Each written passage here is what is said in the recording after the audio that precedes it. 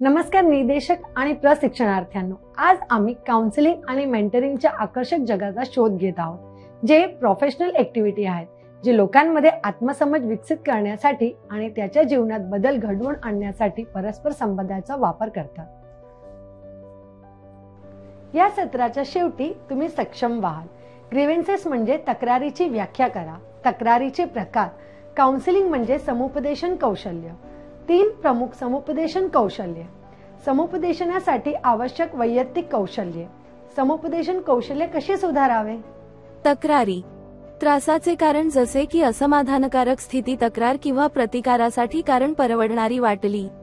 तक्रार म्हणजे विद्यार्थी, शिक्षक, सदस्य, प्रशासक किंवा कर्मचाऱ्यांच्या कोणत्याही कथित अनधिकृत किंवा अन्यायकारक कृत्यामुळे किंवा निर्णयामुळे उद्भवलेली तक्रार, ज्यामुळे विद्यार्थी संघटनेच्या सदस्याच्या स्थितीवर, अधिकारांवर किंवा विशेषाधिकारांवर प्रतिकूल परिणाम होऊ शकतो. तक्रारींचे प्रकार. वैयक्तिक तक्रार, गट तक्रार, धोरण किंवा युनियन तक्रार. समुपदेशन कौशल्य, व्याख्या आणि उदाहरणे. समुपदेशन कौशल्ये काय आहेत? समुपदेशन कौशल्ये ही परस्पर आणि तांत्रिक वैशिष्ट्ये आहेत जी समुपदेशक त्यांच्या ग्राहकांना चांगल्या प्रकारे समजून घेण्यासाठी आणि ऐकण्यासाठी वापरतात. या कौशल्यांचा वापर करून समुपदेशक ग्राहकाला आनंदी जीवन जगण्यापासून रोखत असलेल्या अडथळ्यांवर मात करण्यास मदत करतो. ही कौशल्ये तुम्हाला संबंध निर्माण करण्यात, विश्वास प्रस्थापित करण्यात आणि तुमच्या क्लायंटना ऐकले आणि समजले आहे याची खात्री करण्यात मदत करतात. 3 प्रमुख समुपदेशन कौशल्ये काय आहेत? समुपदेशकांना विविध प्रकारच्या कौशल्यांचा वापर करणे आवश्यक आहे, परंतु त्यांच्याकडे असलेली 3 मुख्य कौशल्ये येथे आहेत. लिसनिंग. समुपदेशकासाठी हे सर्वात महत्त्वाचे कौशल्य आहे. ऐकणे हे केवळ कर्णमधुर लक्ष देणे नाही, कारण त्यात तुमचा क्लायंट काय बोलत आहे याचे निरीक्षण समाविष्ट आहे.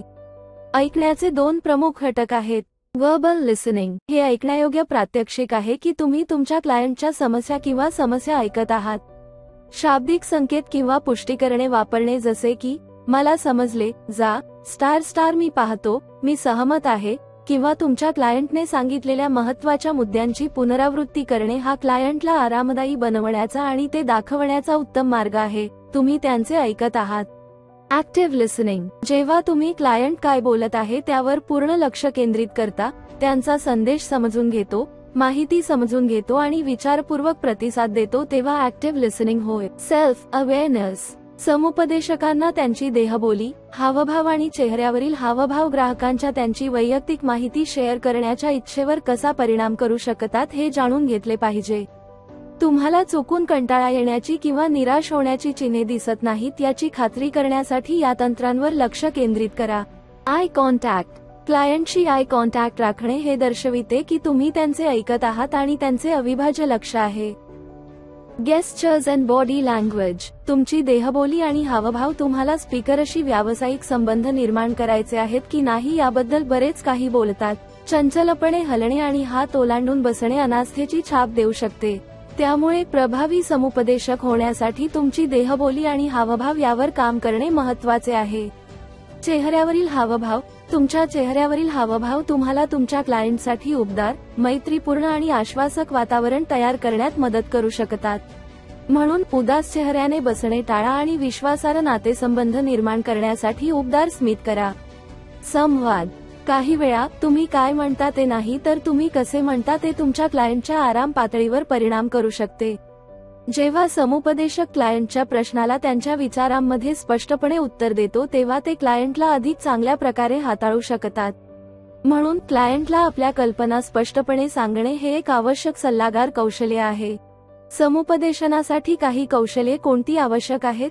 काही इतर कौशल्ये जी तुम्हाला एक चांगला सल्लागार बनण्यास मदत करू शकतात. प्रश्न करणे. तुमच्या क्लायंटला समजून घेण्यासाठी तुम्हाला संबंधित प्रश्न विचारणे आवश्यक आहे. समुपदेशकाने क्लायंट काय म्हणत आहे याचा अर्थ लावण्यासाठी ओपन एंडेड आणि क्लोज एंडेड दोन्ही प्रश्नांचा वापर केला पाहिजे. सहसा ओपन एंडेड प्रश्न तुम्हाला जटिल आणि तपशीलवार माहिती गोळा करण्यात मदत करू शकतात, तर क्लोज एंडेड तुम्हाला विशिष्ट उत्तरे मिळविण्यात मदत करतात. निरीक्षण. क्लायंटच्या नॉन व्हर्बल बिहेवियरचे निरीक्षण करण्यास सक्षम असणे आपल्याला त्यांना अधिक चांगल्या प्रकारे समजून घेण्यास मदत करते. उदाहरणार्थ, एखाद्या क्लायंटला उत्तर देण्यास अस्वस्थ वाटणारे प्रश्न विचारल्यावर ते दूर पाहतील, डोळे आणि डोके खाली करतील. अशा वर्तनांचे काळजीपूर्वक निरीक्षण केल्याने समुपदेशकाला ग्राहकाच्या मनाची स्थिती समजण्यास मदत होते. नोट्स घेण्याची क्षमता. संघटित पद्धतीने नोट्स घेण्याची क्षमता तुम्हाला समुपदेशन सत्रादरम्यान महत्त्वाचे मुद्दे रेकॉर्ड करण्यात मदत करू शकते. क्लायंटच्या परिस्थितीचे किंवा समस्येचे सखोल विश्लेषण करण्यासाठी तुम्ही नेहमी या नोट्सचा संदर्भ घेऊ शकता. पेशन्स. ग्राहकांसोबत काम करताना पेशन्स हे समुपदेशनासाठी सर्वात इष्ट कौशल्यांपैकी एक आहे. परिणाम दिसण्यासाठी काही दिवस किंवा महिने लागू शकतात. म्हणून समुपदेशकाच्या भूमिकेसाठी नियुक्त करताना नियोक्ते अशा उमेदवारांना प्राधान्य देतात जे पेशन्स दाखवतात. सहानुभूती. क्लायंटची समस्या त्यांच्या दृष्टिकोनातून समजून घेण्यास सक्षम असणे हे एक आवश्यक कौशल्य आहे. सहानुभूतीशील सल्लागार एखाद्या क्लायंटला त्यांच्या समस्यांवर मात करण्यासाठी त्वरित मदत करू शकतात. गोपनीयतेचा आदर. गोपनीयतेचा आदर करणे हे प्रभावी समुपदेशकाचे अत्यावश्यक वैशिष्ट्य आहे, कारण त्यांनी ग्राहकाच्या संमतीशिवाय त्यांच्या क्लायंटची वैयक्तिक माहिती कोणाशीही शेअर करू नये. व्याख्या. क्लायंट जे म्हणत आहे त्यापलीकडे अर्थ लावण्याची क्षमता समुपदेशकाला क्लायंटच्या समस्या समजून घेण्यास मदत करू शकते. तसेच व्याख्येद्वारे तुम्ही क्लायंटला त्यांचा अनुभव अधिक सकारात्मकपणे समजून घेण्यासाठी प्रोत्साहित करू शकता. विश्वासार्हता. जोपर्यंत क्लायंट समुपदेशकावर विश्वास ठेवत नाही तोपर्यंत ते त्यांच्या समस्या आणि वैयक्तिक माहिती सामायिक करण्याची शक्यता कमी असते. म्हणून तुम्ही तुमच्या क्लायंटसह विश्वास निर्माण करण्यात आणि राखण्यात पारंगत असले पाहिजे. समुपदेशन कौशल्य कसे सुधारावे. येथे आपले कौशल्य सुधारण्याचे 3 मार्ग आहेत. मॉक समुपदेशन सत्र आयोजित करा. तुम्ही तुमच्या मित्र किंवा कुटुंबातील सदस्यासोबत मॉक समुपदेशन सत्र आयोजित करून ही कौशल्ये सुधारू शकता. त्यांना तुमचा मॉक क्लायंट होण्यास सांगा, समुपदेशन प्रदान करा आणि सत्रे रेकॉर्ड करा. मॉक सत्रानंतर तुम्ही सुधारणेचे क्षेत्र समजून घेण्यासाठी रेकॉर्डिंगला पुन्हा भेट देऊ शकता आणि तुमच्या मित्राला त्यांच्या सत्राबद्दल त्यांना काय आवडले आणि काय नापसंत वाटले ते विचारू शकता.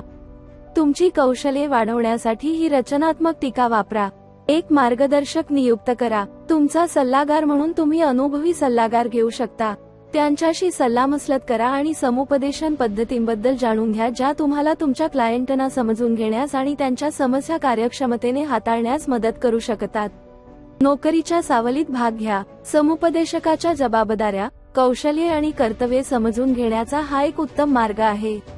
अनुभवी समुपदेशक निवडा आणि ते त्यांच्या रुग्णांना सल्ला देत असताना त्यांचे अनुसरण करा.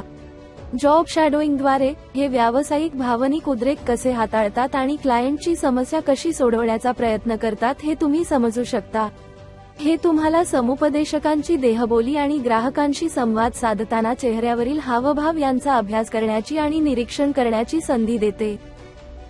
विषयांमध्ये तक्रारी आणि त्याचे प्रकार, समुपदेशन कौशल्ये, 3 प्रमुख समुपदेशन कौशल्ये, समुपदेशनासाठी आवश्यक असलेली वैयक्तिक कौशल्ये, समुपदेशन कौशल्ये कशी सुधारावीत.